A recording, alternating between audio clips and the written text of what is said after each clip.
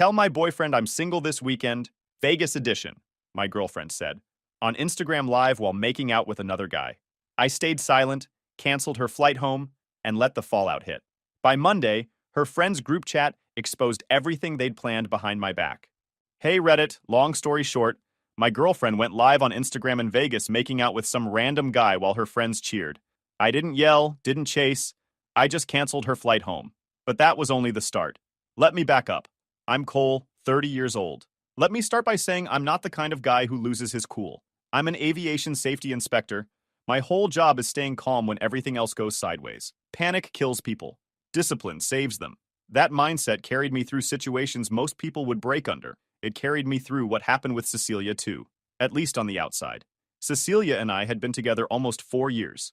One-bedroom apartment in the city, bills split down the middle, routines locked in.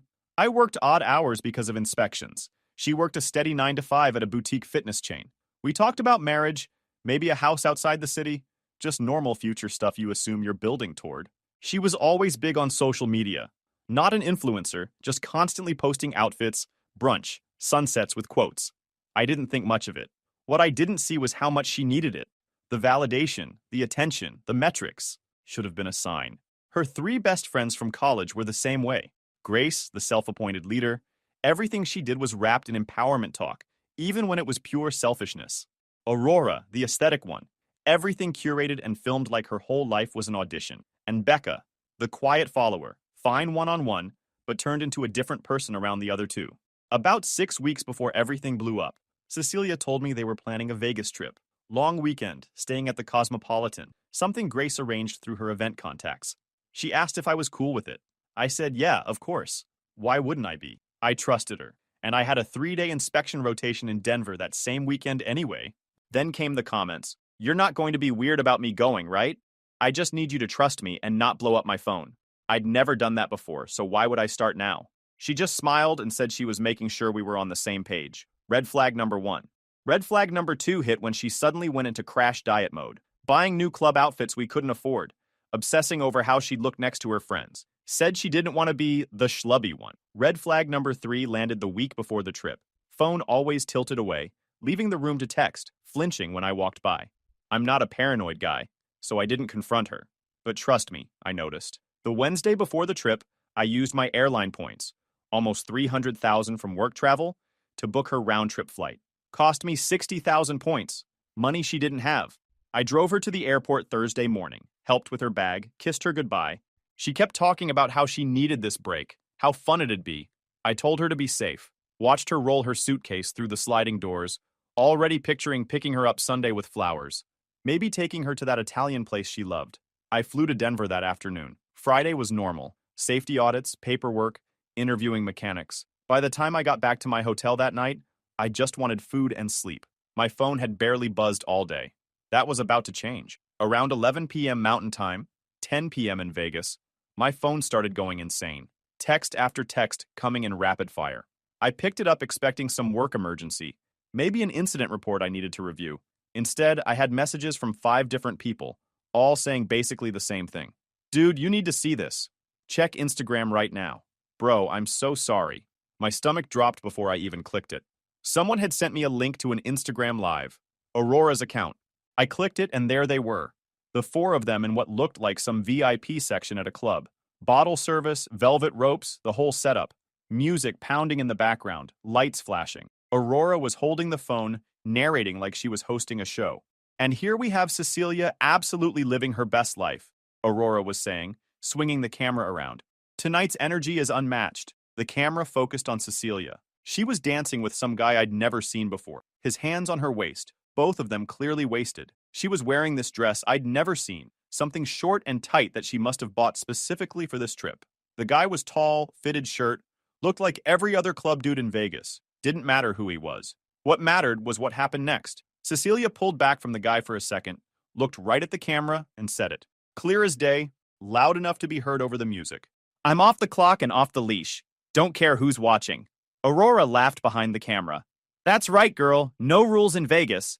Then Cecilia turned back to the guy, and they started making out. Full on, hands everywhere, her body pressed against his, while he grabbed her like she was his. And Aurora kept filming. kept the camera steady, kept narrating. This is what freedom looks like, people. This is choosing yourself. Grace's voice came from off camera. What happens in Vegas, right? They all laughed. Cecilia pulled away from the guy long enough to grab a drink, take a sip, go right back to kissing him. The live kept going. Aurora panned around to show the club, the bottles, their table, then back to Cecilia, and this random dude all over each other. I watched for maybe 2 minutes before I had to stop. My hands were shaking. Not from anger yet, just shock and disbelief in something I couldn't name. This was my girlfriend, the woman who slept in my bed every night, and she was on Instagram Live making out with some stranger while her friends narrated it like entertainment. The live chat was scrolling fast, most people cheering her on, dropping fire emojis, but some were questioning it. Wait, doesn't she have a boyfriend? This is wild. I checked the viewer count. 347 people watching, probably half our mutual friends. I recognized names in the chat, people I worked with, people we'd had dinner with. I closed the app and just sat there on the hotel bed, phone in my hand, trying to process what I'd just seen. Part of me wanted to call her right then, scream until my throat gave out, tell her exactly what I thought of her and her friends and this whole situation. Book a flight to Vegas and confront them in person, make a scene. But that's what they wanted. That's what Grace's comment about control was about. They wanted me to blow up so Cecilia could play victim. So I didn't call, didn't text, didn't comment on the live. Instead, I opened my airline account and pulled up Cecilia's reservation. Stared at it for maybe 30 seconds. Then I thought about her saying, "I'm off the clock tonight," and clicked cancel. The confirmation came through immediately. Booking canceled, points refunded, no ticket. I opened my phone's notes app and started making a list. Shared Netflix account, gone. Spotify family plan she was on, removed. Her name on my car insurance, call Monday to take her off. The gym membership we split, cancel my half. Every single thing tied to my name or my money, cut off. She wanted to be off the clock? She could stay off the clock. Then I booked a flight home for Saturday morning, the earliest seat I could get, cutting my Denver trip short by a day. Inspections are scheduled tight, but emergencies happen. I documented my handoff, notified the lead, and got clearance. Sent my supervisor a message about a family emergency, which wasn't exactly a lie. Around midnight, my phone started ringing. Cecilia's number. I let it ring out once. Then I blocked it. Calls from different numbers followed. Blocked those too. Stopped answering entirely. Sleep didn't come easy that night. I landed back home Saturday afternoon and went straight to my apartment. First thing I did was install the Ring camera I'd ordered for next day delivery. I'd been meaning to get one for months because of my work hours and irregular schedule. This just made it urgent. Set it up pointing at the front door, tested the app, made sure the motion alerts were working. Then I changed the lock on my home office where I kept all my work equipment and files. Cecilia still had a key to the apartment, and her name was on the lease, so I couldn't change the main locks without legal issues. The lease would take time to sort out legally, but emotionally, already done. Still, I could protect my space. My phone had been on airplane mode the whole flight. When I turned it back on, I had 47 missed calls and probably 60 text messages. Most from Cecilia, some from Aurora and Grace, a few from numbers I didn't recognize. I scrolled through the texts without opening them, just reading the previews. From what I could piece together, declined charges, panicked messages, I can't book a flight. Her card had started failing and she'd burned through whatever cushion she had. Cole, please answer. This isn't funny. You can't just abandon me here. I need to talk to you. Why would you do this? Not a single one said sorry. Not one acknowledged what she'd done. Just anger and panic about being stuck. I deleted them all without responding. Saturday night, I got a call from an unknown number I didn't block fast enough. Grace. Cole, we need to talk about this like adults. There's nothing to talk about. You left Cecilia stranded. That's not okay. She put herself on Instagram Live making out with some random guy. She was just having fun. You're being controlling. Good luck getting home. Blocked that number too. Sunday morning, I woke up to an email from Cecilia. Long message, 7 paragraphs about mistakes and being drunk. Everything except taking responsibility. Didn't respond. Just started going through the apartment, gathering her stuff. Went to the store and bought moving boxes, packing tape, markers. Spent Sunday afternoon carefully packing her clothes, her shoes, her bathroom stuff, all of it. Made a list of what went in each box. Labeled them clearly. By Sunday night, I had everything packed. 12 boxes total, stacked neatly in the living room. Took a photo of the inventory list for my records, then sat down and waited to see what would happen next. Monday morning, I was back at work when I got a call from a local number. Patricia, Cecilia's mother. Cole? Cecilia called me this morning. She's very upset. I imagine so. She told me what happened in Vegas, told me you canceled her flight. I waited for the lecture. Instead, Patricia said, she also told me why you canceled it. Did she tell you the whole story? She told me enough. And frankly, Cole, I'm disappointed in her, not you. Her voice was tired. This is a pattern with Cecilia. I was hoping she'd outgrown it, but apparently not. What do you mean a pattern? Patricia sighed. She's done things before that cost her relationships. I'm not excusing her. I'm telling you, don't let her rewrite reality. I sat there processing this. I appreciate you telling me. She called asking me to wire money for a flight home. I told her no. She made this mess. She can figure out how to clean it up. We talked for a few more minutes. Patricia said Cecilia's younger sister Mia could tell me more if I ever wanted to hear it. Before we hung up, Patricia said one more thing. Whatever you decide to do, Cole, don't take her back just because she apologizes. An apology from Cecilia usually just means she's sorry she got caught. That hit different. Tuesday afternoon, Cecilia showed up at my workplace. Security called me down, and there she was, suitcase next to her, mascara smudged. She'd somehow gotten home. She came to my work on purpose. Public place, witnesses, somewhere I couldn't just shut the door. She started crying the second she saw me. Real tears. Part of me felt bad. 4 years together, you don't just turn feelings off. But then I remembered Aurora's narration and that dress I'd never seen before. Cole, thank God. I've been trying to reach you. I know. Can we please talk? 5 minutes? People were staring. I gestured toward the doors. Outside. We walked out to the parking lot. She started explaining immediately. It was a mistake. A stupid, drunk mistake that meant nothing. I was caught up in the moment, and the girls were hyping me up, and I made a bad choice. You made several bad choices. You chose to go to that club, chose to dance with him, chose to kiss him, chose to do it on camera, chose to say you were off the clock. I was drunk. I didn't know what I was saying. You knew exactly what you were saying. And Aurora knew what she was doing when she went live. You wanted an audience. She grabbed my arm. Please, we can work through this. 4 years, Cole. We have 4 years together. Don't throw that away over one night. I pulled my arm back. You threw it away? Not me. What you did was cruel. Her voice shifted, getting defensive. Leaving me stranded in Vegas with no way home, no money, nothing. I could have been hurt. You had 3 friends there. You were fine. Those weren't real friends. She was crying harder now. Grace ditched me when I couldn't pay my share of the hotel suite.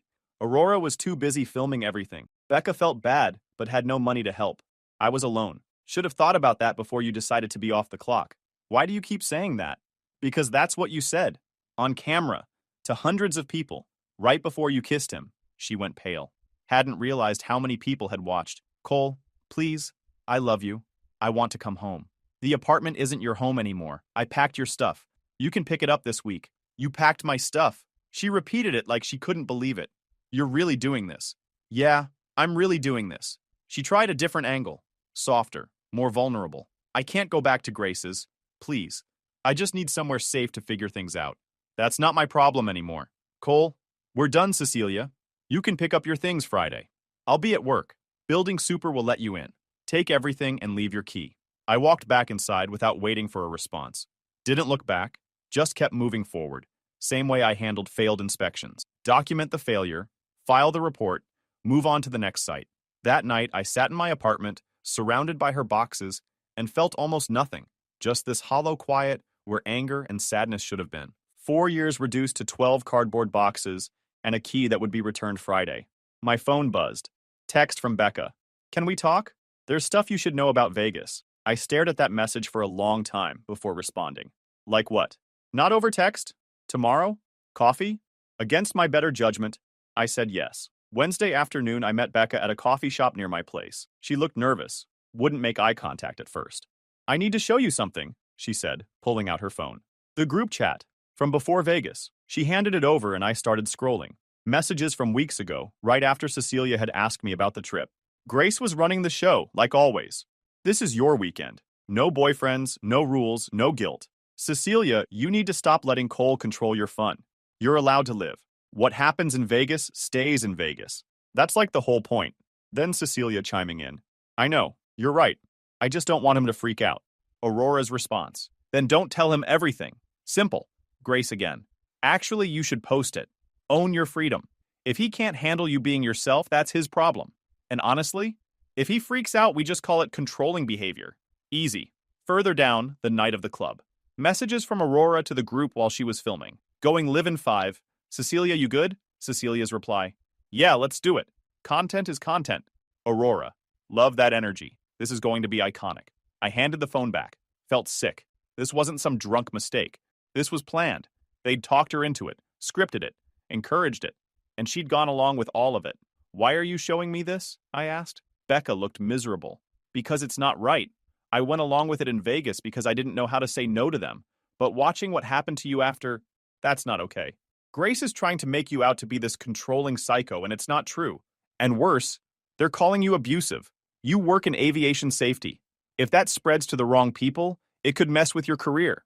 I couldn't let that happen. What's she saying? That you were emotionally abusive. That you isolated Cecilia from her friends. That you abandoned her in Vegas to punish her for having fun. She's got Aurora posting about it. They're running this whole campaign to make Cecilia look like the victim. I pulled out my own phone and checked Instagram. Sure enough, Aurora had posted this long thing about toxic relationships and men who can't handle strong women. Didn't name me directly, but the subtext was clear. Comments were split, some people buying it, others calling her out for enabling cheating. They're planning something else too, Becca said quietly. They want to go to your apartment Friday when Cecilia picks up her stuff. Grace thinks if they all show up together, they can pressure you into talking it out. That's not happening. I know, that's why I'm telling you. She hesitated. Can I ask what you're going to do? About what? About them trying to trash your name. About people believing their version. I thought about it. Part of me wanted to post those screenshots, let everyone see the group chat, expose exactly how calculated this was, but that felt too much like playing their game, stooping to their level. Nothing, I said finally. Truth doesn't need defending. People who know me know what I'm about. The rest don't matter. Becca nodded. For what it's worth, I'm sorry. I should have said something in Vegas. Should have told Cecilia it was a bad idea. I was just scared of them. Yeah. Before she left, she texted me every screenshot from the group chat. I saved them all to a folder called Vegas, just in case. We talked a bit more. She told me Grace was already throwing her under the bus for being weak and not being a real friend. That Aurora was pivoting into some healing era content thing, posting about growth and moving on like she hadn't literally filmed and narrated the whole betrayal. That Cecilia was staying with Grace, which sounded like a terrible idea but not my problem anymore. Thursday morning, I loaded all 12 boxes into my car and drove to Cecilia's parents' house. Patricia had texted me the day before saying I could bring everything there, that they'd make sure Cecilia got it. I pulled up to their place around 10 a.m. Patricia was waiting outside. Cole. She looked sad seeing me. Come on in. You can put the boxes in the garage. I made 3 trips hauling boxes. Her dad Robert helped with the last few. Neither said much, just quiet acknowledgement. When we finished, Patricia invited me in for coffee. Cecilia called last night, Patricia said, pouring coffee. Said you refused to talk to her. That her version? It's the version she's telling herself. Patricia sat down. But Mia has a different version. Cecilia's younger sister walked in. I'd met Mia maybe 5 times. Always got the sense she was the overlooked one. She nodded, poured coffee, sat down. Cecilia did this exact same thing sophomore year of college, Mia said bluntly. Girls trip to Cancun, posted videos with some guy she met at the resort. Her boyfriend at the time lost it. Mom and dad paid for couples therapy, paid for her to fly home when she couldn't afford it, basically smoothed everything over until he took her back. Patricia looked down at her mug. We enabled it. We thought we were helping. Then she did it again with the next boyfriend, Mia continued. Miami trip, same pattern. That guy was smarter. He didn't take her back. But again, Mom and Dad covered her rent for 3 months while she recovered from the heartbreak. Robert spoke up for the first time. We raised a daughter who learned that consequences are negotiable. The bluntness of that hit hard. This family sitting here basically admitting they'd created the problem. Patricia had tears in her eyes. She called asking us to talk to you, Patricia said, to convince you to give her another chance. We told her no. This is on her to fix, if it can even be fixed. It can't, I said. Not mean, just honest. This wasn't a mistake. It was a choice. Actually, multiple choices, all of them deliberate. We know, Robert said. And for what it's worth, you deserve better than what our daughter gave you. That was the last conversation I had with Cecilia's family. They apologized again as I left, said I was welcome any time if I needed to talk. I drove home feeling this weird sense of closure, like I'd finally seen the full picture of who Cecilia really was and where it came from. That night, the smear campaign kicked into full gear. Grace posted on her Instagram about supporting friends through trauma, with the trauma being me apparently. Aurora did a whole story series about recognizing red flags in relationships, strongly implying I was abusive. Cecilia posted a cryptic quote about narcissists making you question your reality. My phone started getting messages from mutual friends asking what was going on, If the stuff they were posting was true, what really happened? I ignored most of them. To the few people I actually cared about, I sent one sentence. If you need to ask if I'm abusive, you don't know me well enough for me to explain. Friday was supposed to be when Cecilia picked up her stuff from the apartment. I'd arranged with the building super to let her in, planned to be at work the whole time. Easy, clean, done. That's not what happened. Friday afternoon, the building super called around 2 p.m. Mr. Cole, we have a situation. Cecilia hadn't come alone. She'd brought Grace, Aurora, and Becca. All four showed up demanding entry. The super asked what this was about, and Grace claimed Cecilia needed to collect important items. I'd already delivered everything to her parents yesterday. They weren't here for belongings. They were here to pressure me. The super refused to let a group up. That's when Grace started going full event planner mode, talking about tenant rights and threatening to call police. The super asked what I wanted him to do. I thought about it. They'd planned this, scripted it. I was tired of them controlling the narrative. Tell them I'll be there in 30 minutes. We can talk in the lobby with witnesses. I left work early and drove home. Called Becca on the way. You still want to do the right thing? What do you mean? Bring the group chat screenshots. All of them. I'm not posting anything online, but I'm not letting them control this in my lobby either. She hesitated. Grace is going to lose it. Good. When I walked into the lobby 20 minutes later, they were all there. They weren't here for boxes. They were here to make a scene. Cecilia looked anxious. Aurora was filming on her phone, of course. Grace had her arms crossed, looking like she was ready for battle. Becca stood slightly apart from them, looking uncomfortable. I gestured to the seating area. Let's talk here. Grace jumped in immediately. We're not doing this in public. This is a private matter between you and Cecilia. Nothing about this has been private. You chose an audience. Aurora kept her phone pointed at me. I'm recording this for protection. Record all of it. We sat down. This weird standoff in my apartment building lobby. The afternoon doorman was trying to look busy while obviously listening. A couple residents walked through, clocked the tension, kept moving. So, what items did you forget? I asked Cecilia directly. She blinked. What? The important items Grace told the super you needed to collect. Name them. Silence. She looked at Grace, who jumped in. That's not the point right now. The point is, you lied to get up here. I looked at the doorman. For the record, Cecilia started crying. Cole, please. I know I messed up. I know I hurt you. But we can fix this. 4 years means something. I love you. You don't love me. You love the stability I provided. Grace cut in. That's not fair. She made a mistake, she's trying to apologize, and you're being vindictive. I'm being clear. There's a difference. You abandoned her in Vegas. Do you understand how dangerous that was? Dangerous was going live with strangers and calling it freedom. Grace's face reddened, but she had no comeback. Aurora was narrating to her camera in real time, recording a hostile interaction where my friend is trying to salvage her relationship and being met with coldness and aggression. I looked directly at the camera. Keep recording. Make sure you get everything. That's when I nodded at Becca. She pulled out her phone, hands shaking slightly. Becca, what are you doing? Grace's voice had an edge. Showing him the truth, Becca said quietly. I came because I was scared what they'd do if I wasn't here. But I'm not doing this anymore. She handed me the phone. I didn't even look at it. I handed it straight to Cecilia. Read it out loud. I can't. Read the group chat. The one from before Vegas. Read what Grace and Aurora told you to do. Cecilia's face went white. Grace stood up. Becca, you're seriously doing this. After everything we've done for you?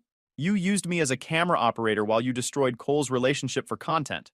Becca shot back, louder than I'd ever heard her. That's not friendship. That's using people. Aurora kept filming, but her hand was shaking now. This is being taken out of context. Then let's add context, I said. I pulled out my own phone, opened the screenshots Becca had sent me the day before. Started reading out loud. What happens in Vegas stays in Vegas. Don't tell him everything. Own your freedom. If he can't handle you being yourself, that's his problem. I looked up. This was planned. All of it. The live, the content, the whole performance. Grace's face was red. You're twisting this. We were supporting our friend in being independent. You were encouraging her to cheat and blame me when there were consequences. That's not... You can't just... Grace was losing it. Her manager voice cracking. Becca, you need to stick to the story. There it was, on camera. Aurora still recording, probably didn't even realize what Grace just said. Stick to the story. Admission that there was a manufactured narrative. Becca stood up. There is no story, Grace. There's what happened. You pushed Cecilia to do it, Aurora filmed it, and when Cole called it out, you tried to make him the villain. I'm done being part of that. You're done? Grace's voice went sharp. You're nothing without us. We brought you into everything, included you when no one else wanted you around. And this is how you repay that? The mask was fully off now. Aurora finally lowered her phone, realizing she'd been recording her own group's implosion. Cecilia was still sitting there holding Becca's phone, staring at the messages like she was seeing them for the first time. Maybe she was. Maybe she'd been so caught up in the hype she hadn't realized how calculated it all was. I'm keeping the recording, Aurora said quietly, like she was declaring something important. Good, I said. Keep all of it. Post it if you want. Doesn't change anything. I stood up. Cecilia, your stuff is at your parents' house. I've got all this documented, but I'm not calling the cops today. You're not welcome here anymore, any of you. If you come back, I'll file for harassment. Cole, wait, Cecilia started. We're done. Accept it and move on. I walked to the elevator and pressed the button. Heard Grace behind me starting to argue with Becca, Aurora saying something about editing the footage, Cecilia crying. The elevator doors opened and I stepped in. The last thing I saw before they closed was the four of them fracturing in real time, the alliance dissolving now that their target had refused to engage. Got to my apartment and just stood in the doorway for a minute. It was over. The boxes were gone. The confrontation was done. The relationship was dead. Just had to wait for everything to finish falling apart. Didn't have to wait long. That night around 11 p.m., my Ring camera started sending alerts. I opened the app and there they were. Cecilia, Grace, and Aurora. All three clearly drunk, stumbling slightly, Grace pounding on the door. Cole, open up. We're not leaving until you come out here and explain yourself. More pounding. Cecilia leaning against the doorframe crying. Aurora filming, still turning humiliation into content. I watched through the camera, sitting on my couch in the dark, making no move toward the door. This is ridiculous, Grace's voice getting louder. You can't just hide in there. Bang, bang, bang. Someone in the hallway opened their door. Older guy in a bathrobe. Hey, keep it down. People are trying to sleep. Mind your business, Grace snapped. I'm calling the super. The super arrived 10 minutes later, clearly annoyed. Explained that I was inside and had requested they not be allowed access. Grace tried to manager talk him. Aurora waved her phone around, saying they were documenting harassment. Ladies, you need to leave or I'm calling the police. Grace kept arguing. The super pulled out his phone. Last chance. They left, but not before Grace shouted at my door one more time. You're going to regret this! I watched them stumble toward the elevator. Aurora still filming. The neighbor who'd complained had filmed the whole thing on his phone too. I saw it on the building group chat the next morning. 15 messages, all roasting the drunk girls who'd caused a scene at midnight. No one mentioned my name, but everyone knew. The chaos left its own paper trail. I sent the super a text. If anyone from that group shows up again, call security first. Don't call me.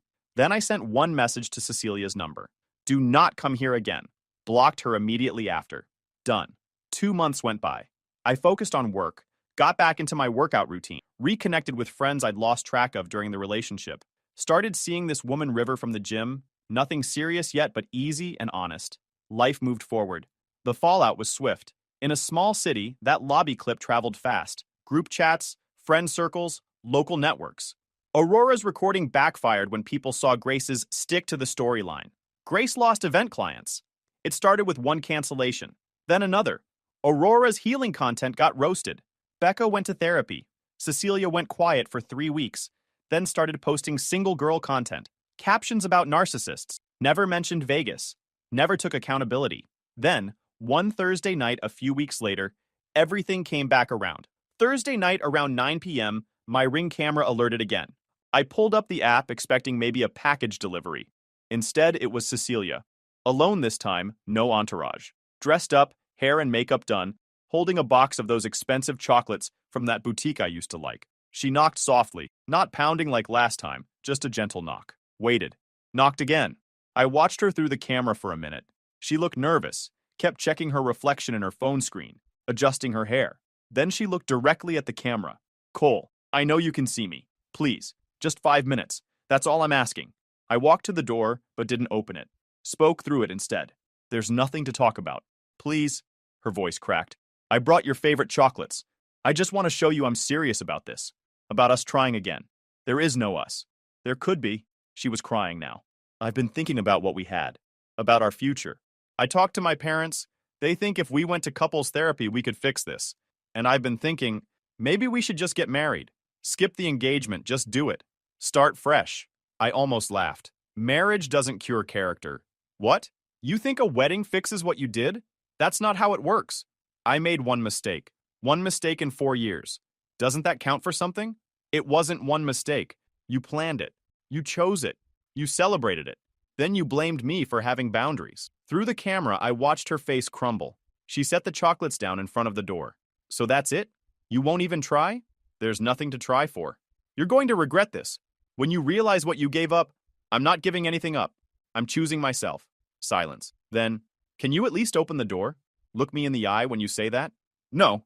I watched her stand there for another minute, waiting for me to change my mind. When the door stayed closed, she picked up the chocolates, set them back down, picked them up again. Finally, just left them there and walked away. I watched through the camera until she disappeared down the hallway. The chocolates sat there for an hour before I opened the door, picked them up, and dropped them in the trash chute. Not out of spite, just didn't need them. Friday morning, Patricia called. Cecilia tried to see you last night. Yeah, she wanted to get back together. Brought up marriage. Patricia sighed. She called me after. Said you wouldn't even open the door. I didn't. Good. Robert and I wanted you to know we're done enabling her. We paid for therapy, but we're not paying her rent or bailing her out anymore. She needs to face what she did. I appreciate that. You were good to her, Cole. Better than she deserved. We said goodbye. I sat there thinking about how a life can collapse into something as small as a closed door and a box of chocolates in the trash. Saturday afternoon, I was at River's place when my phone buzzed. Message from Aurora. You were right about Grace, with a screenshot of some DM where Grace was talking about fixing things once I got lonely enough. I deleted it without responding.